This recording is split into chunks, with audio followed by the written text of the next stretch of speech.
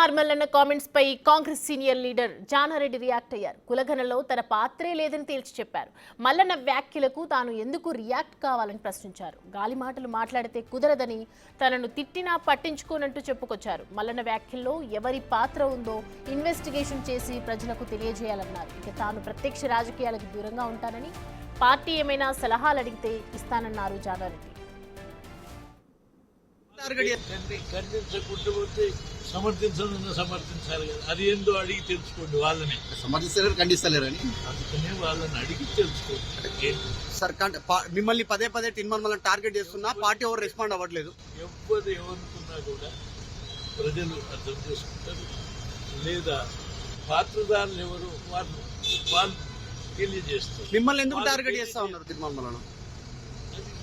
దాని అవసరమే లేదు, నాకు పాత్ర లేదు కాబట్టి. కేసీఆర్ సర్వే బాగుంది అంటున్నాడు. మొన్ననే ఏం చెప్పినారు, నిన్న మీ దగ్గర నుంచి కొన్ని ప్రాబ్లమ్స్ వస్తాయి కదా. జీసస్ క్రీస్తు ఏం చెప్పినారు, నీది తప్పు అయితే సమాజాన్ని క్షమించమని కోరు.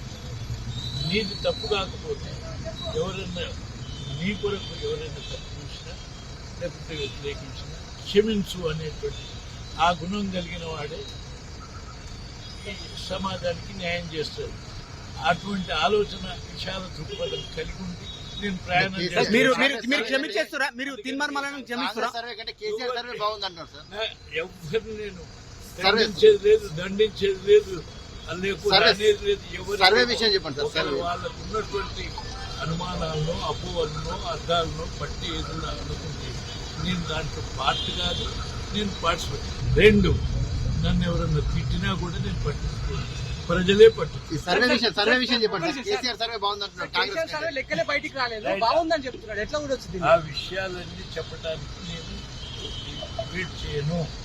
రెండవది, అసలు ఏమి జరుగుతున్నదో మీకే, మీ ఇన్వెస్టిగేషన్ మీడియా ద్వారా మన పాత్రను గురించి మీరేం అర్థం చేసుకున్నారో వచ్చి నన్ను డిబేట్ చేసి, లేదు మీరు అర్థం చేసుకున్న దాన్ని విపులంగా ప్రజలకు చెప్పండి, అప్పుడు అది సరి అయిన. కొత్త ఇన్ఛార్జ్ గురించి చెప్తారు సార్. కొత్త ఇన్ఛార్జ్ కొంత సింప్లిసిటీ ఉన్నారు. కొత్త ఇన్ఛార్జ్ నటరాజన్.